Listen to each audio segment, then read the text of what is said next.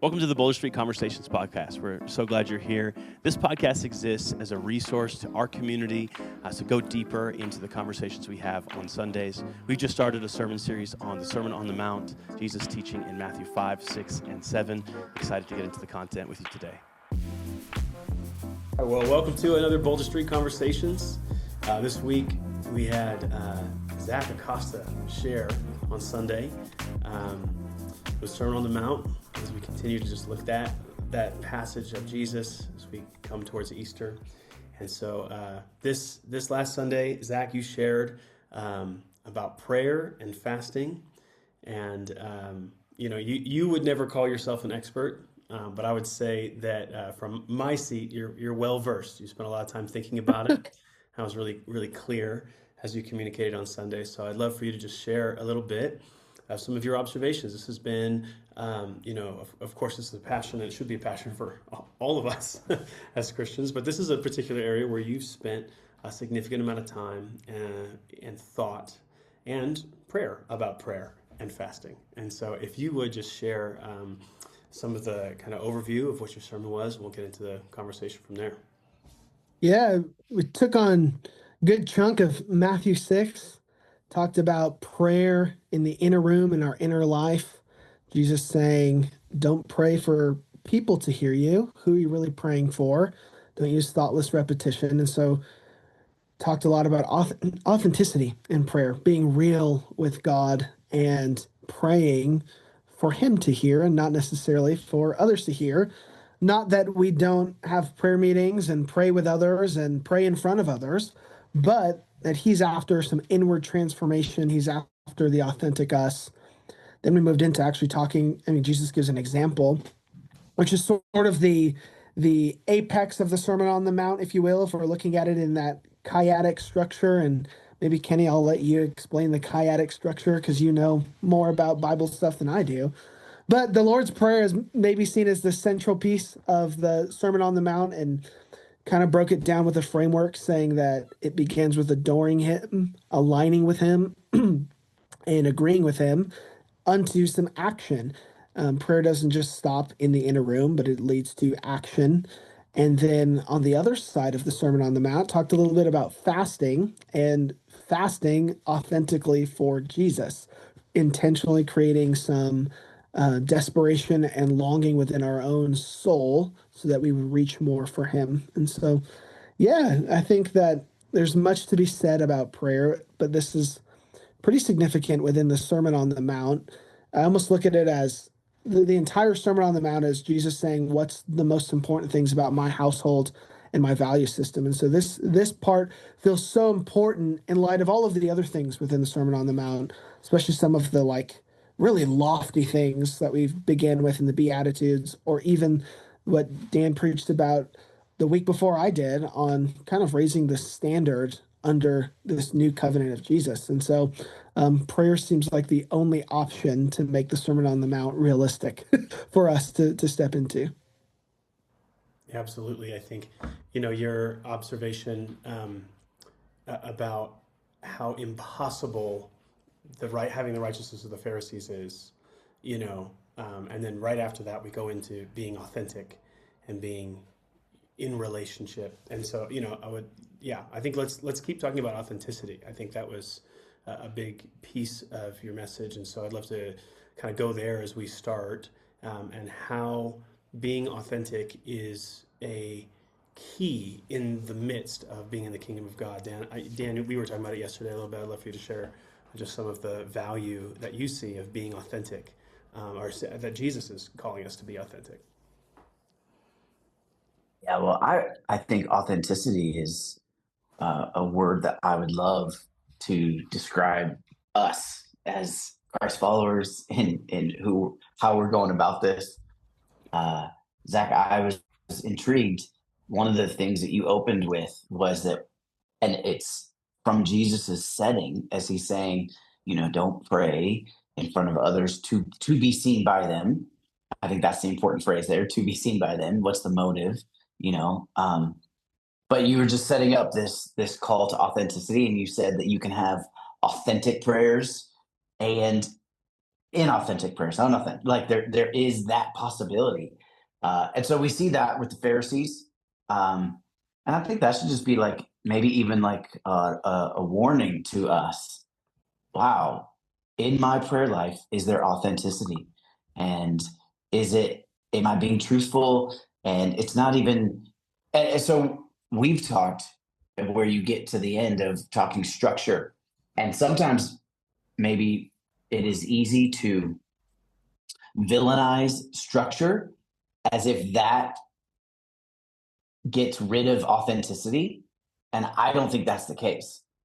And you made that point, but I don't think having a plan takes away authenticity. I think sometimes we think spontaneity equals authenticity. And while certainly spontaneity can equal authenticity, it's not the only indicator of it.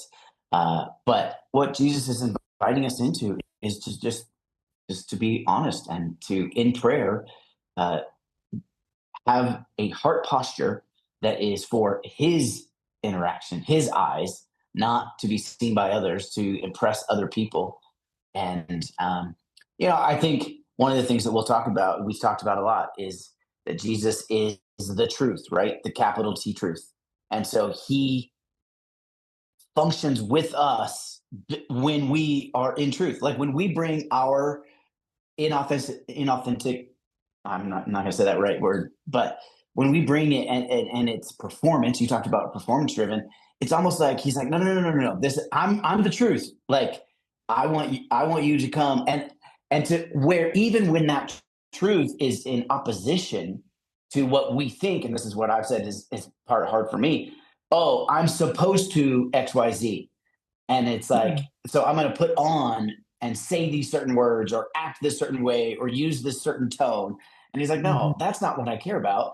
I think Jesus would rather us pray and it be, God, here's what I'm upset about. God, here's how I see this. God, and just be truthful.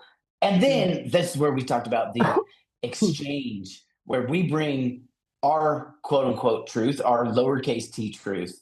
And when we do that, I think we can gain from him the truth. And so I think that's part of why authenticity is so important. So I love that that's how you set this up in going into the Lord's Prayer, is this invitation to authentic prayer. Yeah. Yeah, I think of some of the words that he says there about the Pharisees. He says they think they'll be heard because of their many words. But he's like, no, there's something more. They're not heard just because you've got all of the right words, the right system, the right model. He's after something even deeper than that. And it's just genuine, who we genuinely are. We don't have to clean up before we approach him. He sees it all anyway. He probably knows more about us than we know about ourselves. And so sometimes we come before him with those dressed up words and phrases, and he's just like, be real. Kind of like that app. You guys remember Be Real? That was a thing for a minute. That's huge. Eric's still on there. Come on, bro. No, I'm not even kind of. I think just Zac, I don't want to take up too much of the space here, but with that invitation to, I think, the simplicity in prayer, I just was reminded of this moment where, I don't know, maybe parents will relate and maybe not, but maybe this was a bad parenting moment too, where I go, oh my gosh. My daughter was probably 5, maybe 4. I think she's probably 5. And we were out home and all of a sudden we couldn't find her. And it's just, she gone outside and was just gone. And I hopped in my car and I am driving through the neighborhood and I am just repeating all I could get out was, God help, God protect, God help, God save her, God help. Like I'm just praying these 2-word prayers. I didn't have eloquent language. My daughter was missing and I was terrified, and my prayer was as truthful and as authentic as possible, but it was so simple. And it wasn't this like, okay, now's when I have to get out my apostolic prayer for this situation. And I love that. I shouldn't make fun of, but I have to say the right words. It was just God help, God help, God help, be with her, Mhm. God help, God help.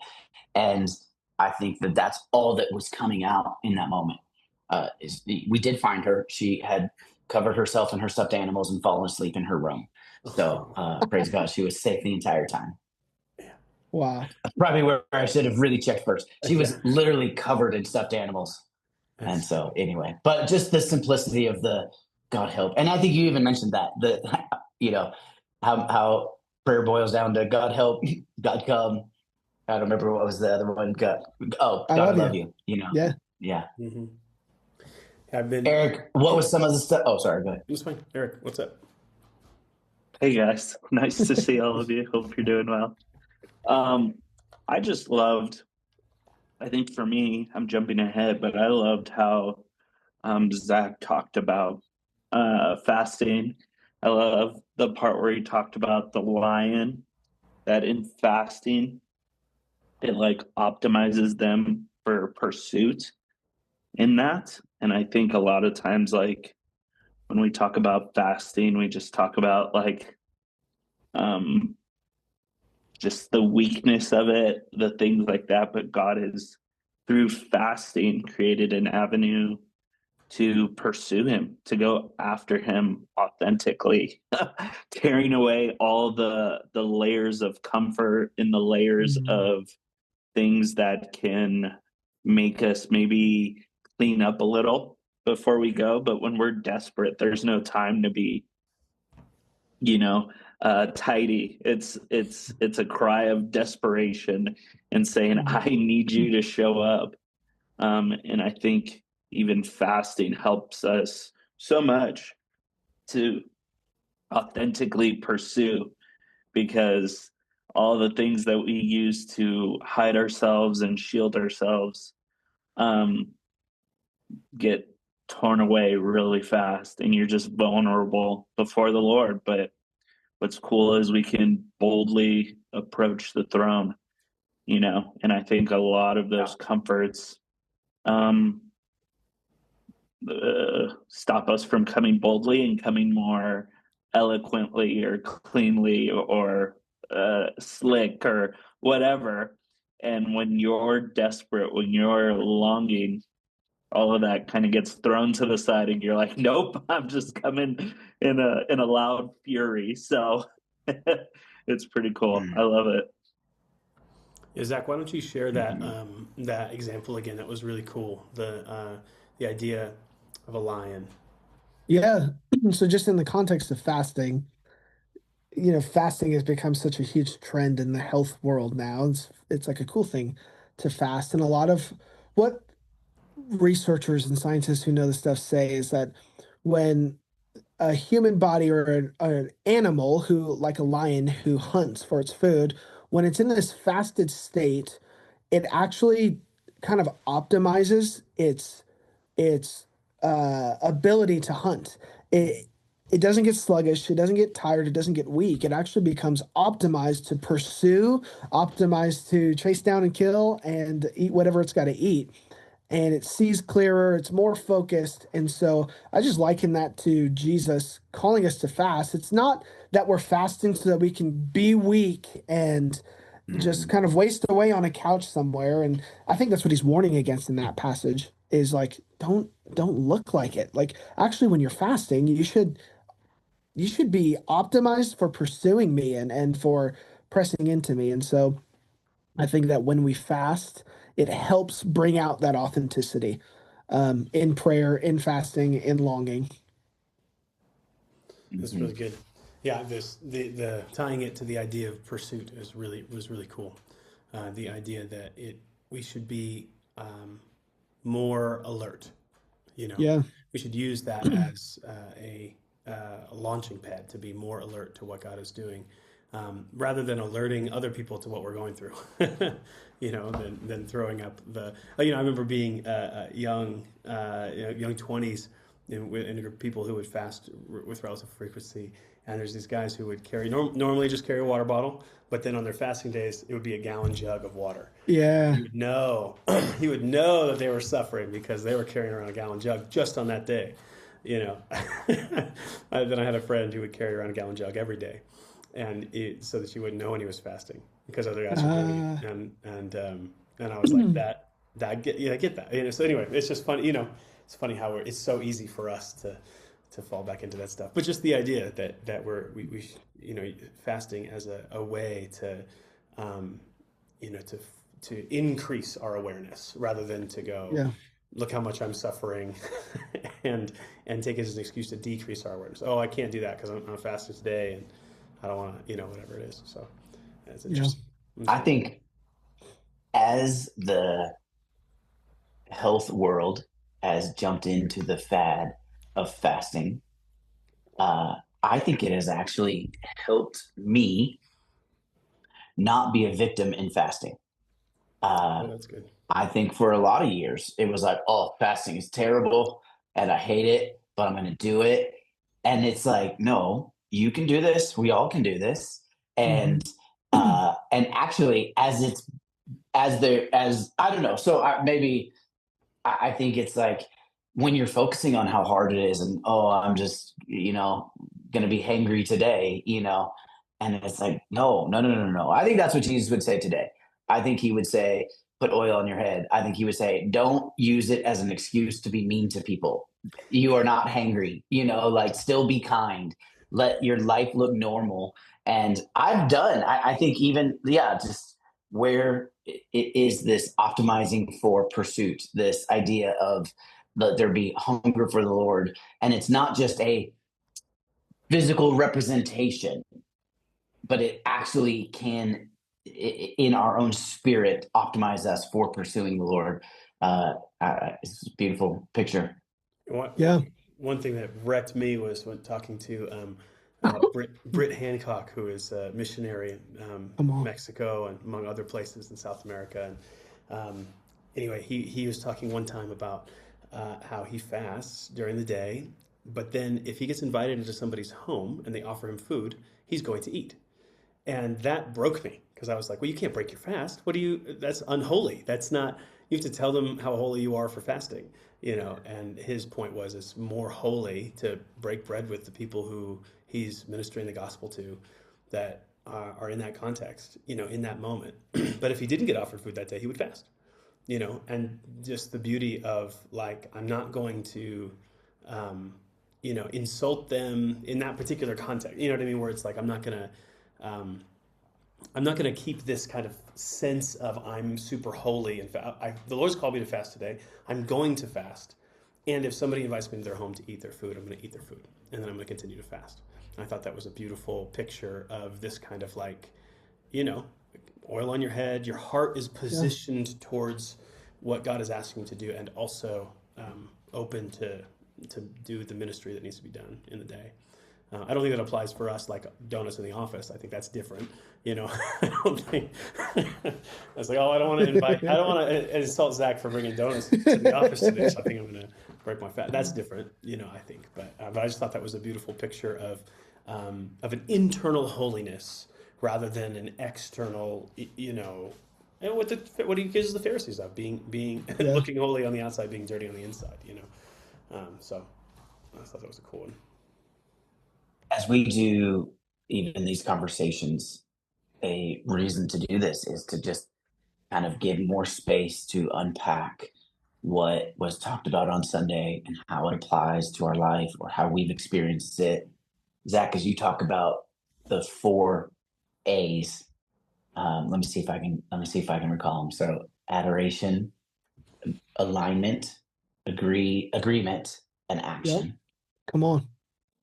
I loved the picture of running a play in sports or in basketball specifically, because you run these actions to get open or to get a lane to the basket and to the hoop. What do we say? Basket, hoop, rim, to the rim.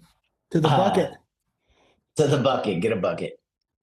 But how often maybe we pass up the open shot because we know, okay, I'm supposed to pass it to that guy and cut this way, rather than know the point was to get that open lane, or the point was to get that open shot.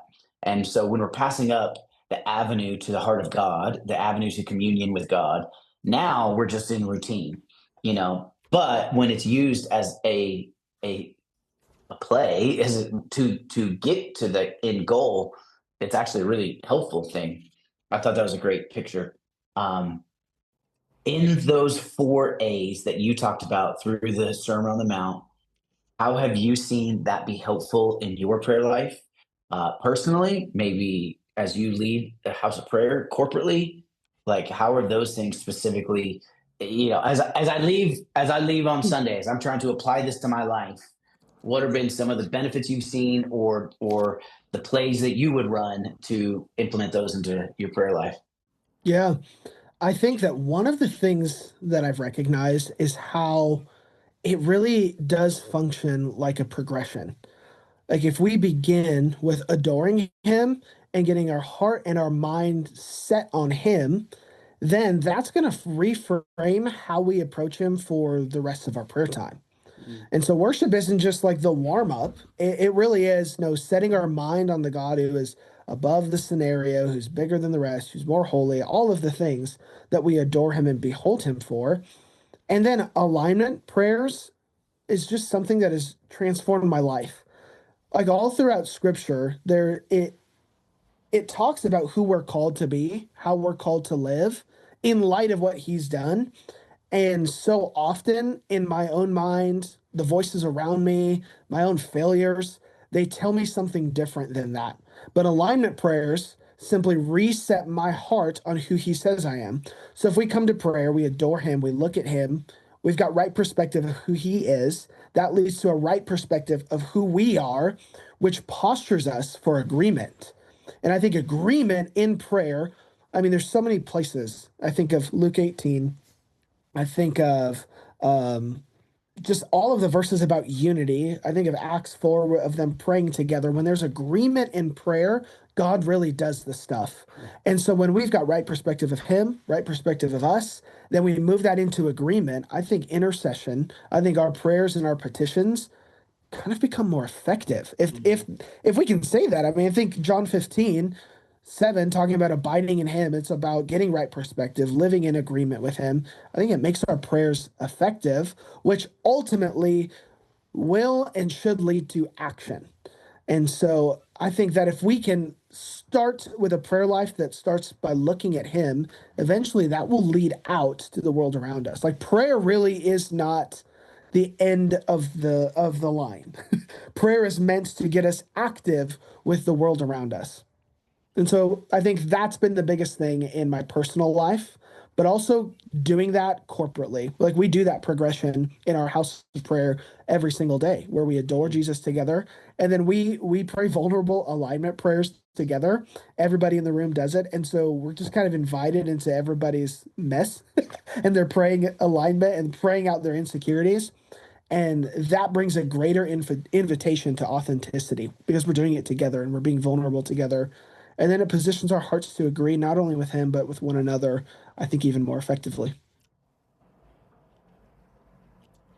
So that's the Love it. model that you kind of laid out. Just walk through that, and saying Jesus laid this out in the Sermon on the Mount, but specifically the Lord's Prayer. Hey, here's the Lord's Prayer. Yeah. This is kind of what he's getting at, in with the perspective that he's teaching us a way to kind of enter in. I would love to hear from kind of everybody what sometimes that maybe you go into a time of prayer and you end up riffing on that because you've gone in with an expectation to do a model. It doesn't have to be that one. It could be some of the other ones we've talked about here at our church and on this podcast. Pray is another one. The yield, we've talked about that. There's plenty of others that we could get into that are, whether it's an acronym like that or some other kind of framework for how to pray. But I just would love to talk about the value of starting there and then kind of going off map. There's two, some people are a little bit more type A list type people, and then some people a little bit more like to riff. They like jazz. You know what I mean? They don't want to stick necessarily to that. And so I think I want to validate some of those things. So I would just love to talk about what it's like to kind of go off map when you expect it to be, jumping into more of a structure in your time of prayer. It's good. I would start off and say that in prayer, we should probably do more listening than we actually do talking anyway. That's really good. And I am one of those people who is like, structure, let's get through it.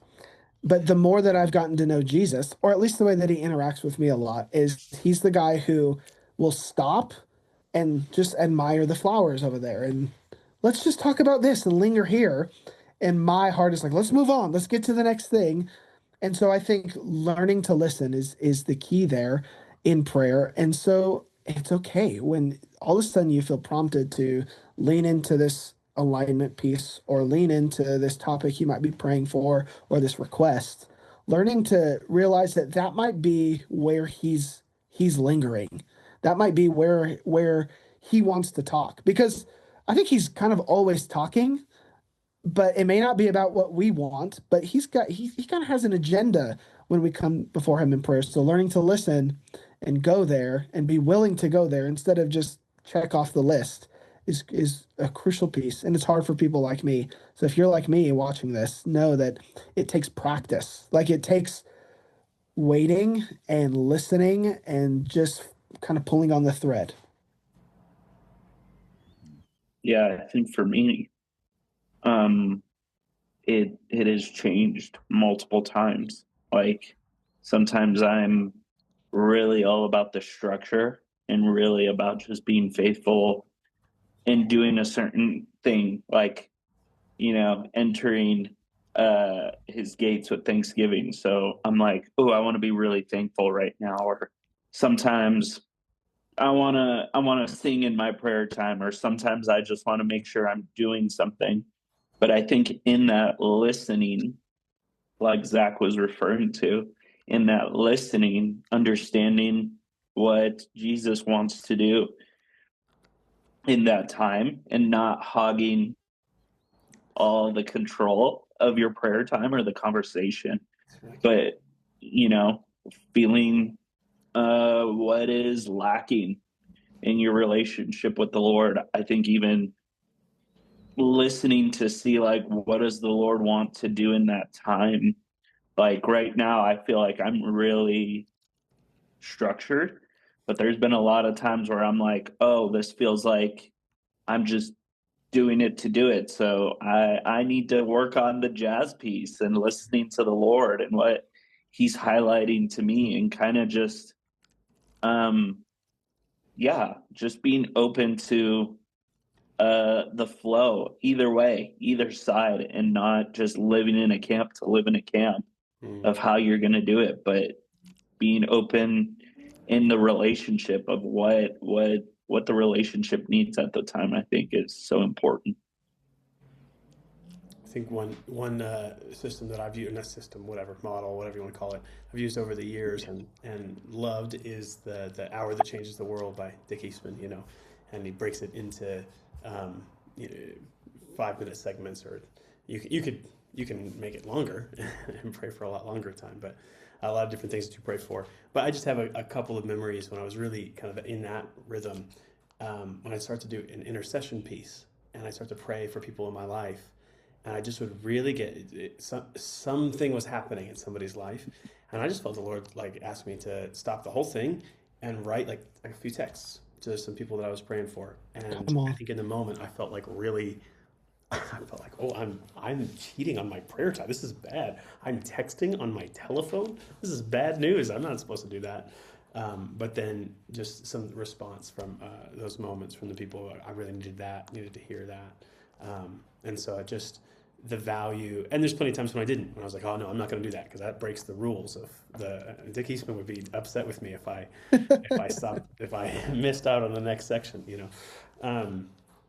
and I just think that the value of trying to just exactly what you're saying, discern what the Lord is asking in partnership, in a relationship, in a moment. Dan, were you going to say something? Oh no, I think what we're learning today is Kenny at his heart is a rule follower. I know. It's so weird. He is a rule follower.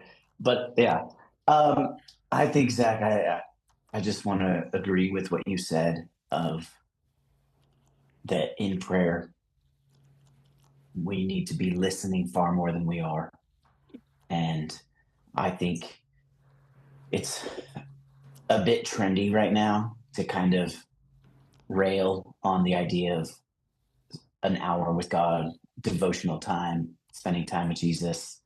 Like, oh, that's not really what it, whatever. For me, that's such an important part of my day.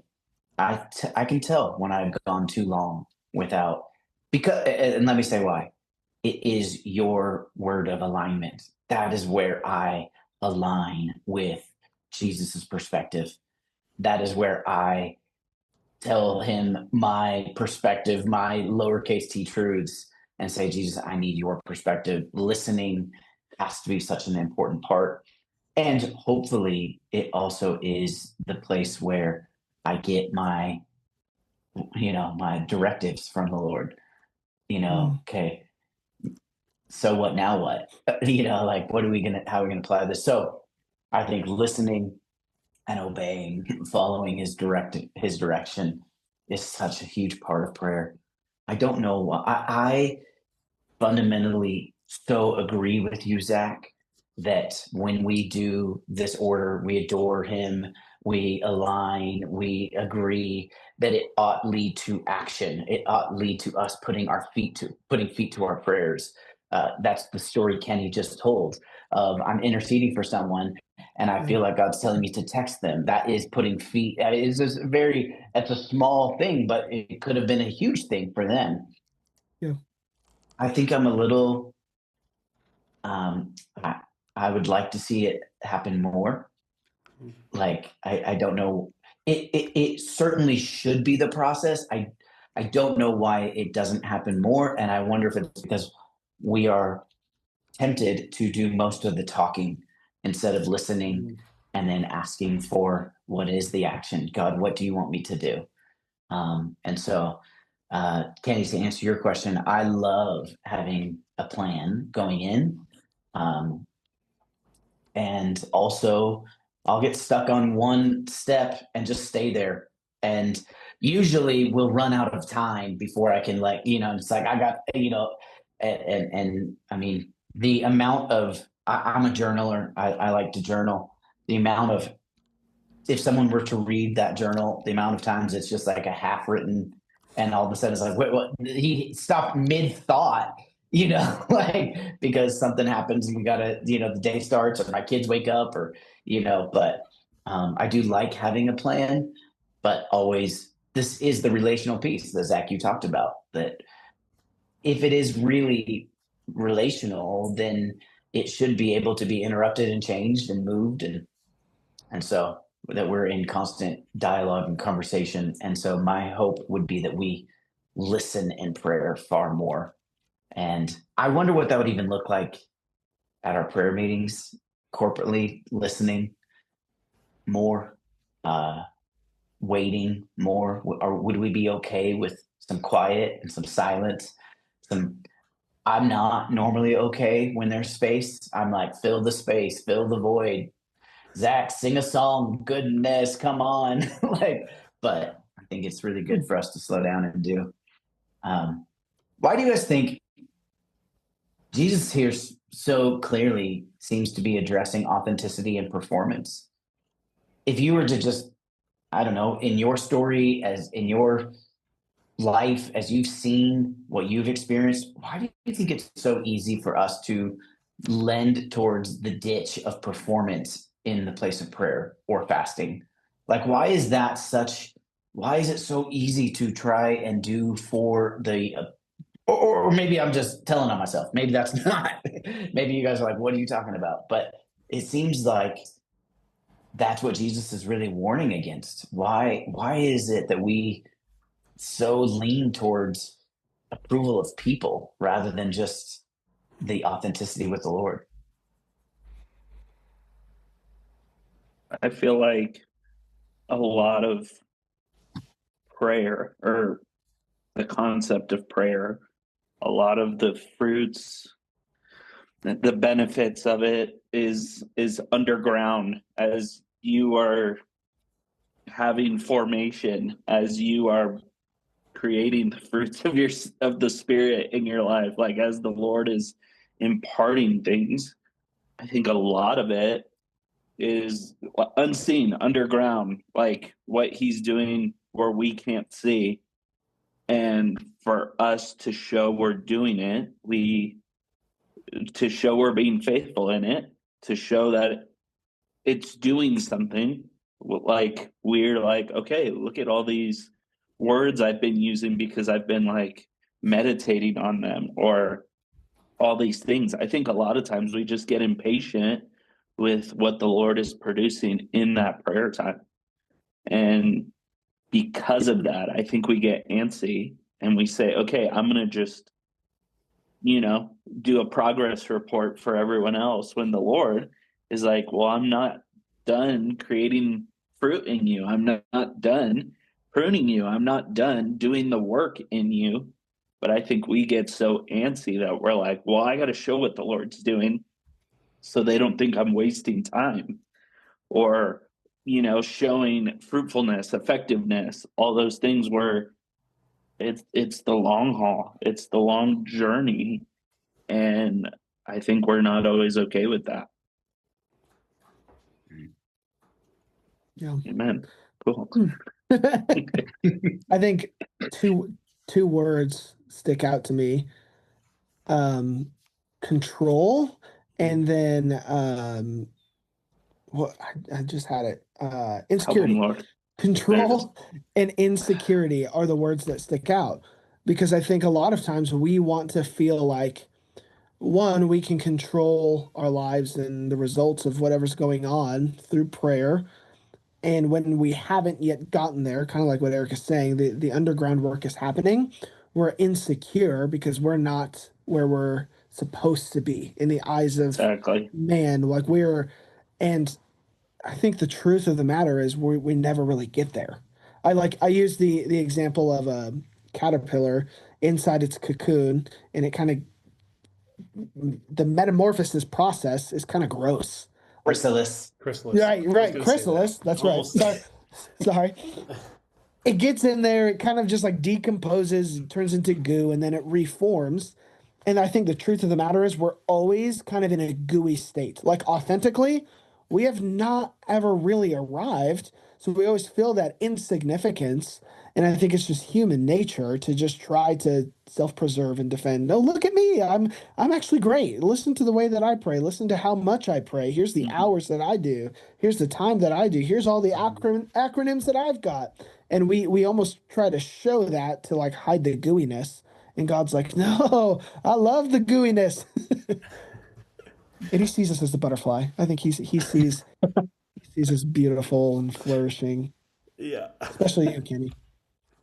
I think we're kind of all going around this similar idea, just that there's such a hiddenness, meaning I don't know your heart and you don't know my heart, and if you're really close, you would see how raw my heart is, or how many times I struggle to engage in prayer, whatever the thing is, but there is a human tendency to edit the outside version,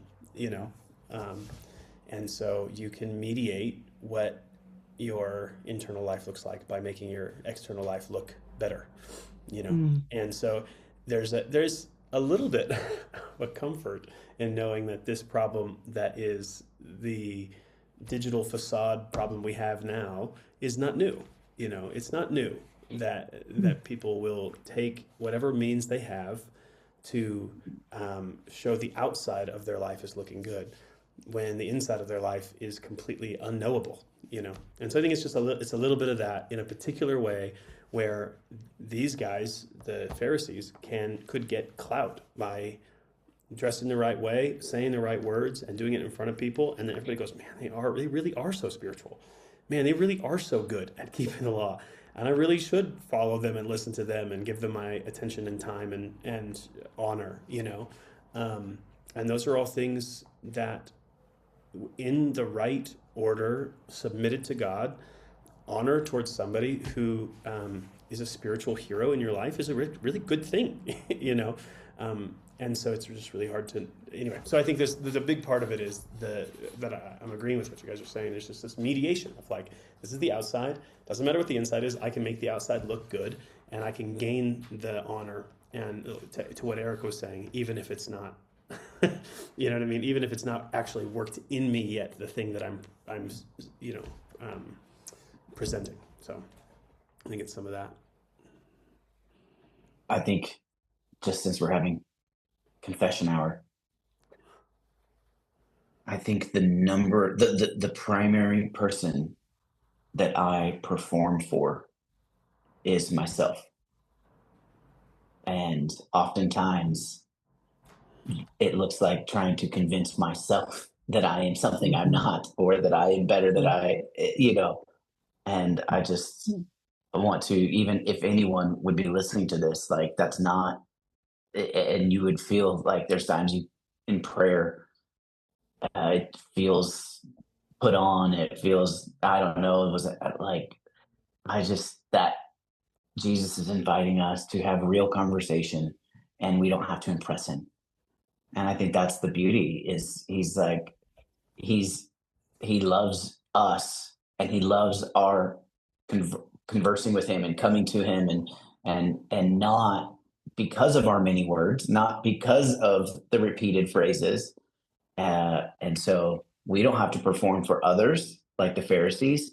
And I just want to even say, we don't have to perform for ourselves or him. Like, I'm not impressing him with my many words.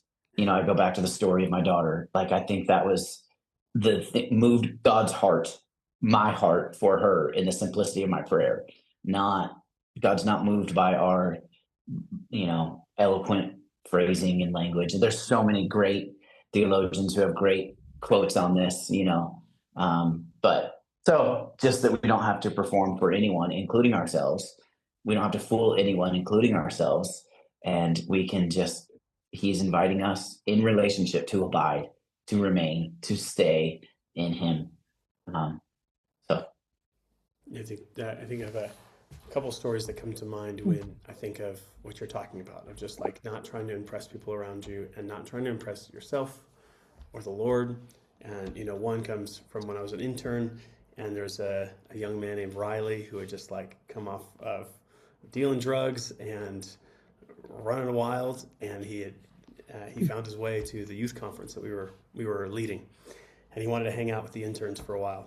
So he came along, he was hanging out with us, and it's like mostly a bunch of homeschool kids, which I love homeschool kids, and also they were not ready for this guy who was like at a party 3 days earlier, just gave his life to Jesus, But he was genuine, and he really wanted to engage, and so he was praying, and we're praying before the service, and that service in particular, we're going to present a sermon where we're talking about sexual immorality and it being crushed under our feet. So we're praying that God would crush sexual immorality in people's lives, right? So there's a bunch of kids who are, the year before were in the schoolroom basement of their house with their parents, like that. They're not exposed to this rough around the edges guy. And he crushed that, put that under our feet. He's like, yeah, God, crush that. And then just cursed in the middle of this. And it was the most authentic prayer I had heard up until that point. And I was like, I haven't even prayed that honestly, Not that I think that I'm not saying you should curse while you pray. I think that in that moment for him, he didn't know how to communicate another way, but I'm just thinking to myself, like, man, I watch my words so carefully when I pray in front of other people. And then much more recently, the last few years, I had spent some time with Pastor Hal in Kansas City when I lived there. And I just remember being in the middle of a conversation with him, and he stopped me and he said, I think you should say that to Jesus, as though he were sitting right there. And I said, what now? And he didn't close his eyes, and he didn't ask me to close my eyes. And he took a sip of his coffee, and he said, I think you should just, instead of saying that to me, I think you should say that to Jesus, as if he was sitting right there. And it challenged me in such a way to be more authentic. And it reminded me of that earlier time. Mhm. But just this idea of like not putting on airs, not doing it for somebody else's benefit, and not doing it to impress even yourself, just being, authentic in prayer. Yeah. Mhm. Don't On curse. Sunday, good. we were, yeah. On Sunday, we were having our typical like pre-service prayer time, and we were leading out, and I'm leading it, and like doing what we do. And there was just this moment when JC prayed, and we all know JC is someone that we look at and say, "Man, if I could love Jesus like that when I'm 80." And I think his prayer was, I don't know what, I think it was less than 5 words. And I just was like a little wrecked with like, oh, right. Oh, that's someone who has been with Jesus, knows Jesus, isn't trying to impress anyone. And it was just this simple, heartfelt statement. And it stood out to me. And so just the invitation, and not that that's not to, I mean, he would hate that I even tell that story. But there was just this honesty, and God, I'm going to tell you what we're praying for, but I'm not going to add extra words to it. And I was just like, that's someone who has walked with Jesus for a long time. And it was just beautiful. I think it's Martin Luther who said, the fewer the words, the better the prayer, or something like that. That's what it reminded me of. It's not always true, but I thought it was a beautiful, beautiful moment. And anytime I have an opportunity to tell a story about JC, I'll take it. Yeah. Yeah. Well, as we kind of turn the corner here, Zac, as you shared, what's in your heart for people in our church? What would they take away if they were to do something with this message this week? What would you hope that they would do? Yeah. I think that it's easy to talk about prayer and it's easy to talk about fasting, but a subtle point that I made in the message was just the best thing Jesus could actually do to teach others how to pray was model it. And he woke up early. He got away from the noise and the responsibility, and he prayed. And that's taken note of throughout the Gospels. It was a rhythm of his life. And so I would say, as those listening who are part of our community or listen to our messages, maybe you're not actually in Colorado Springs with us, but you join in. We consider you a part of our Boulder Street ecosystem. But we would say, like, do it.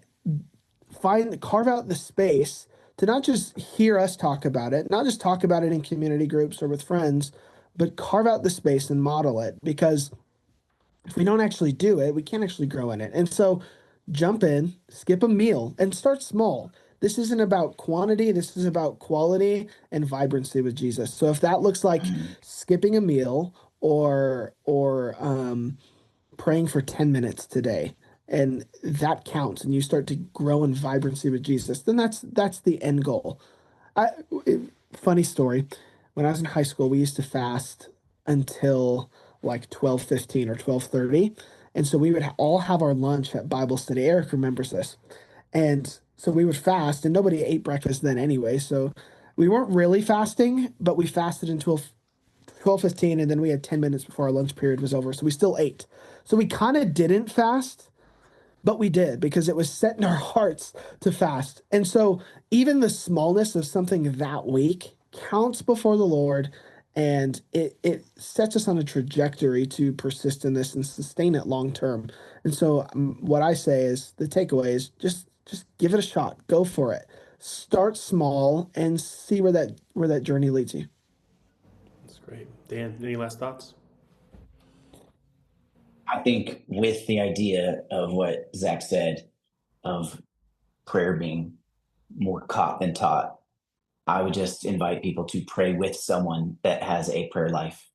And so, whether that is someone close to you, whether that's on the phone, whether that's coming into the prayer room, but if you want to grow in prayer, pray with someone that you look at them and you're like, man, I want to grow to be like that, and pray with them and sit with them and catch it. And I think it'd be an added benefit to your own prayer life.